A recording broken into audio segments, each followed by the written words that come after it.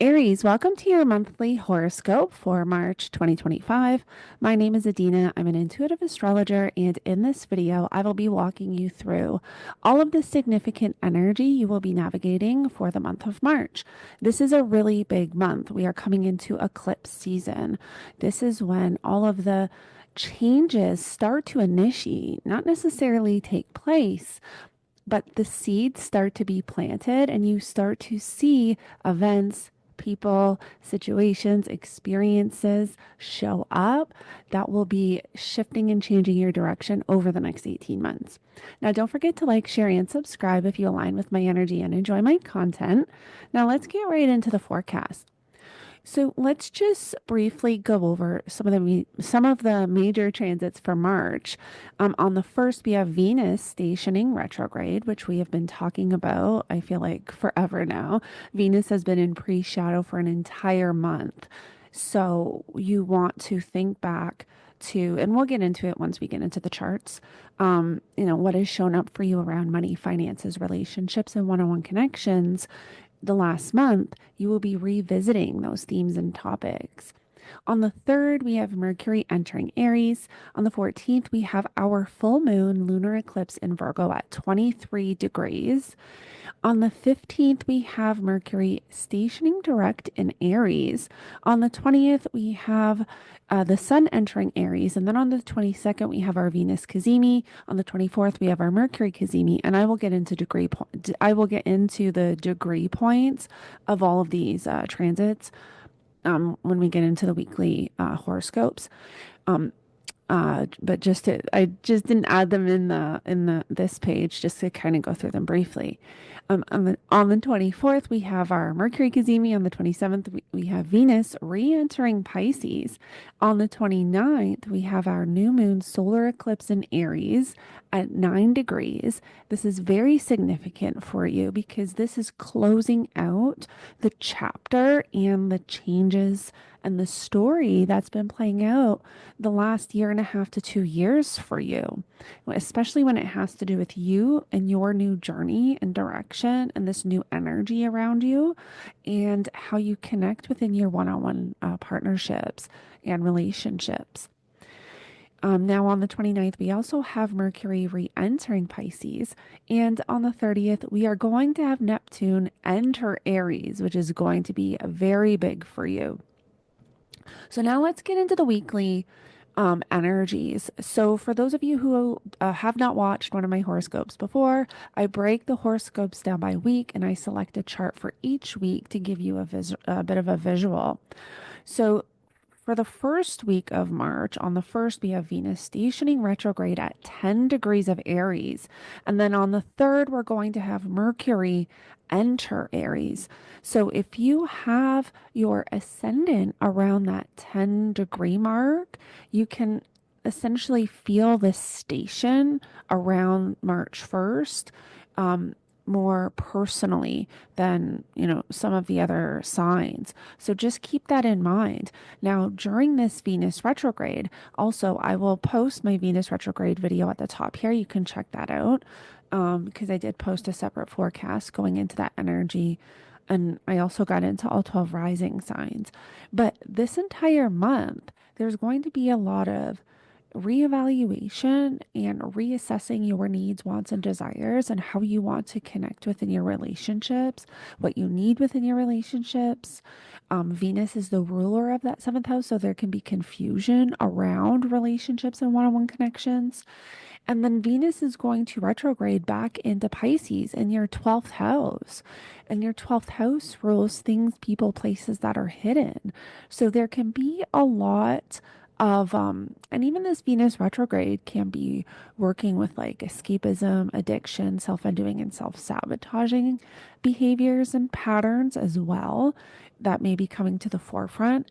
Again, think back to last month, what has been showing up for you around money, finances, because Venus also rules that second house of money, finances, and material possessions and personal values, and your seventh house of relationships. So think back the last month, what has shown up for you around relationships, around money. You can be reassessing and reevaluating those themes and topics. And we're not clear of that energy yet. We won't start to gain clarity until after April 12th when Venus stations direct. Now, we're going to have a Mercury retrograde as well, pretty much retrograding over the exact same degree points as Venus in Aries and Pisces. So at this point, when Mercury enters Aries, Mercury is going to be in pre-shadow. So we want to be paying attention to conversations that we're having, especially within one-on-one partnerships, business partnerships, romantic connections. We want to be paying attention to what is showing up around. Mercury rules your third house of your mind, mindset, communication, your way of thinking and thought processes. Also, the third house rules vehicles, local travel, um, your local environment, like your community, your neighborhood, your neighbors, also siblings, cousins are associated with the third house.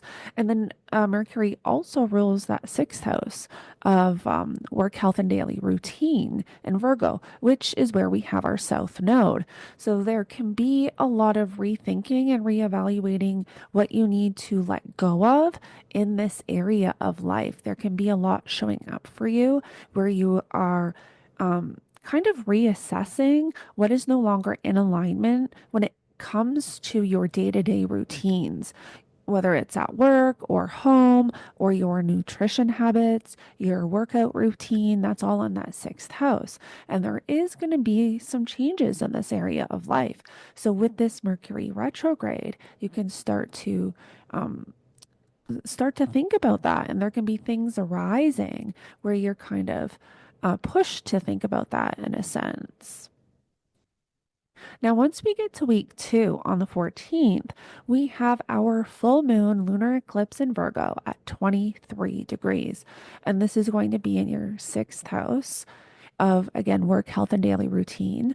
I'm not going to spend too much time on the lunations because I do post separate forecasts where I get into the chart for the lunation plus all 12 rising signs. So I don't want to spend too much time on it in these horoscopes.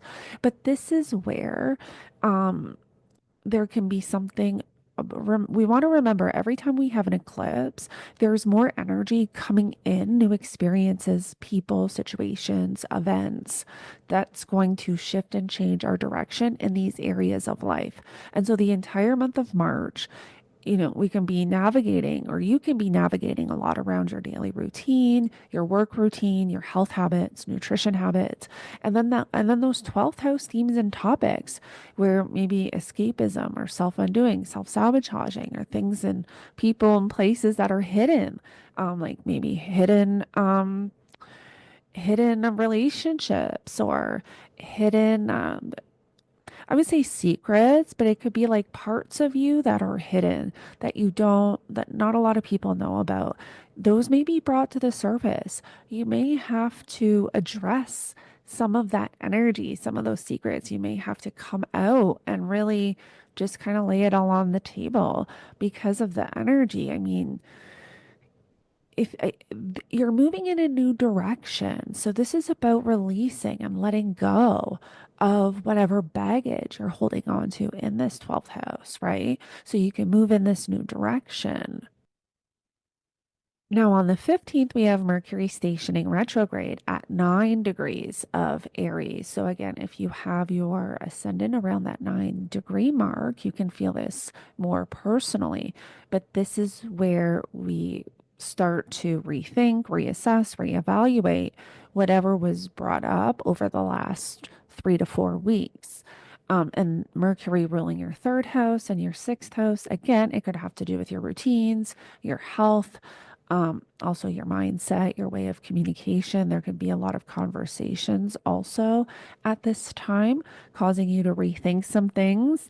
And because Mercury and Venus are kind of working together with this whole reevaluation, reassessment energy, There's a lot shifting here. There's a lot around our needs, wants, and desires shifting, but also a lot around our mindset shifting, how we communicate. Um, so definitely pay attention as we come into the month, what's showing up for you, because that will give you an idea of what you will be revisiting at the time of the Mercury retrograde. Then once we get to week 3, now I just want to make note that on March 17th, we will have the sun form a conjunction to the north node at 27 degrees. And this north node has been at 27 degrees since February 8th. So, and the north node is going to stay at 27 degrees until April 17th. So the north node is working with this degree point um, quite powerfully. And we've had a lot of conjunctions at this 27th degree with the North Node. So when the Sun comes in and forms the conjunction to that North Node on the 17th of March, we can have some really beautiful support, insight, something really beautiful. Showing up for us or coming in to help us move in this new direction that we will be moving into that is more in alignment with us in this area of life. So we want to pay attention on the 17th. What is showing up for us with this sun conjunction to the North Node? We also want to keep in mind that the lunar nodes primarily work with the sun and the moon. So, yes, there's energetic imprints with the other planets. But when the sun and the moon cross over, especially like the sun, because it moves a lot, like the moon is moving over those degree points once a month. The sun, not so much, right? Like it's once a year. And so this sun is not going to hit this north node in Pisces until next year. So this is quite significant and can really bring in some really beautiful energy. Now, on the 20th, we will have the sun entering Aries. So the sun is going to enter your first house, which does help with vitality, motivation, willpower. It's also nice that we have Mars direct. Mars at this point is starting to move forward. So Mars is in post shadow. I'm sure a lot of you Aries rising, especially Aries risings, found the energy possibly quite difficult, especially around like motivation, willpower, and drive. Mars is still in Cancer, but Mars is moving direct. So it's definitely helping that Mars energy out. Um, a lot more so than the Mars retrograde in Cancer, which was such a difficult energy. Now, on the 22nd, we have our Venus cazimi at 2 degrees of Aries. So, if you have your ascendant around 2 degrees, you will feel this more personally. Now, when we have a Venus cazimi, this is like a renewal for Venus. This is when Venus and the Sun um, come together in a cazimi, is when they are within so many minutes of each other. I can't think off the top of my head. Very, very close, like less than a degree. It has to be so many minutes. Um, and that's Kazemi. And so this is where there's a renewal around those Venusian themes and topics. So money, finances, personal values and relationships, one-on-one connections, and then also your needs, wants, and desires, because this is all in your first house, how you are connecting to others, what you are willing to give to others, and what you want in return. There can be something really beautiful, really supportive coming in on the 22nd with that with that Venus cazimi that you do want to just pay attention to. Write these dates down in your calendar. And then we get to week 4. And on the 24th, we have our Mercury cazimi at 4 degrees of Aries. And also on March 11th, we have the I didn't put it in here because I touched on the all the Venus retrograde conjunctions and the Venus retrograde forecast I posted. So make sure you check that out. But on March 11th, we have Mercury and Venus forming a conjunction here at 8 degrees. Venus will be retrograde, Mercury will not. This can also be, really powerful conversations or information coming in to help along this Venus retrograde journey. So now week 4 on the 24th, we have our Mercury cazimi at 4 degrees of Aries. So this is sorry, yeah, this kind of threw me off because this chart is for like more later than the 24th, so that this is by the time like all the planets move back into Pisces. I'm like, wait, why aren't they in Aries? It threw me off for a second. But well, yes, we'll have our Mercury Gazimi at 4 degrees of Aries right here in your first house. And so this is where we can get really powerful insight, clarity, epiphanies, really important conversations. So we want to pay attention to on March 24th, what is showing up for us, even intuitive downloads. If you are meditating, pay attention to kind of what is coming in for you. On the 27th, we have Venus re-entering Pisces. And then on the 29th, we're going to have our new moon solar eclipse in Aries at 9 degrees. So if you have your ascendant around that 9-degree mark, you're going to feel this a lot more personally. But this solar eclipse is closing out the Aries Libra story that has been playing out over the last 18 months to 2 years.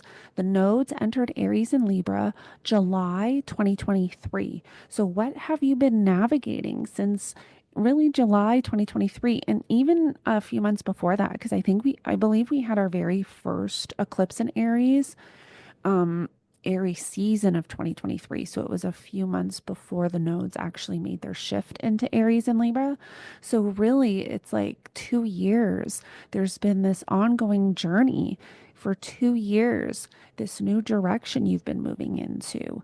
Um, and it really in the north node being in that first house would have really brought in a lot of changes when it has to do with you, your identity, how you're possibly um your perception on the world and how others perceive you, kind of like your public image, but more your self image and that image that you portray to the world. There could be a lot of changes around that, a lot of enhancements, because that North Node is something new and something that's more in alignment with you and really has to do with your spiritual karmic journey. So this solar eclipse is kind of bringing in that last little bit of energy and change to shift and close out the changes that you've been navigating in your first and seventh house axes, which has to do with you and your one-on-one partnerships. Now, also on the 29th, we have Mercury re-entering Pisces. So Mercury is going to move back into Pisces on the 29th. And then on the 30th, we have Neptune entering Aries. This is a really big energetic shift. Now, Neptune transiting your first house can be can really bring on a mixed bag of energy. I'm going to do a separate forecast getting much deeper into the Neptune Aries energy, but we have Aries ruled by Mars, which is very much this energy of go and initiate and take action, very assertive. And Neptune is, kind of boundaryless, kind of free flowing, um, more spiritual, intuitive, and we'll want to take action more on intuition and gut feelings. So it could help possibly balance out the impulsiveness that Aries can carry. But again, with Neptune comes confusion, delusion, um, escapism. So we want to watch for those kind of difficult energies and expressions of Neptune, with Neptune moving into your first house. And especially if you have your ascendant around that a 0, 1, and 2 degree point, you will be feeling this. And you would have already started to feel Neptune kind of moving closer, because Neptune is one of the outer planets and one of like the second slowest moving planet next to Pluto. And so when we tend to feel, even when those planets move like a degree point closer to like a personal point or personal planet, we feel it because it's so potent. And in the that degree point like makes a difference. Whereas the personal planets, like the sun or the moon or Mercury, Venus, Mars, because they move a lot faster, we don't notice, each degree. So pay attention, kind of, I mean, like I said, if you have your ascendant close to that 0 degree, you may have already felt the changes Neptune's bringing. But now with Neptune in that first house, you're really going to feel that Neptunian energy. So, Aries, I hope this helps you navigate the energy for the month of March. We have quite a lot of energy shifts taking place. We have lots to navigate. Um, Especially for you with the Venus retrograde and the Mercury retrograde, there can be a lot of changes around money, finances, and values. Yes, we do have Mars in forward motion, but for the entire month of March, Mars is still going to be in Cancer in your fourth house of home, family, property, and real estate. So, again, also, whatever you were rethinking around the Mars retrograde, when it has to do with home and family, your private life, kind of what you do behind the scenes, and also your, emotional foundations is in that fourth house. Whatever you've been navigating around those themes and topics, there can, it's almost like they could start to make more sense. Um, Mars and Uranus have been in this sextile dance for quite some time with the retrogrades. And I really look at this energy as breakthroughs, like emotional breakthroughs, but it's emotional and it's the foundations that we need, our emotional foundations that make us feel safe, secure, and protected because of that Uranus and Taurus, which is bringing in that element of protection and security and safety. Mars being in Cancer is bringing in the emotional element. And these can be, deep-seated emotions that you've carried since, childhood because of that Cancer energy. Now, we've been in this for quite a while. So, think back to, I would say about a month ago when Mars was retrograde, what was showing up for you. I would say 3 weeks to a month. Yeah. When Mars was retrograde, that's when we had that sextile. Whatever was kind of showing up for you with that, when it has to do with your foundations, your internal world, um, your emotional security, and what you need to feel safe and protected, if anything was kind of shaken up in that area, there can be not necessarily clarity, but more developments around that now that Mars is direct. All right, Aries. So I just kind of seen that there at the end and wanted to throw that in. But thank you so much for joining me. And I hope this helps you navigate the energy for March. And I will connect with you all in the next one.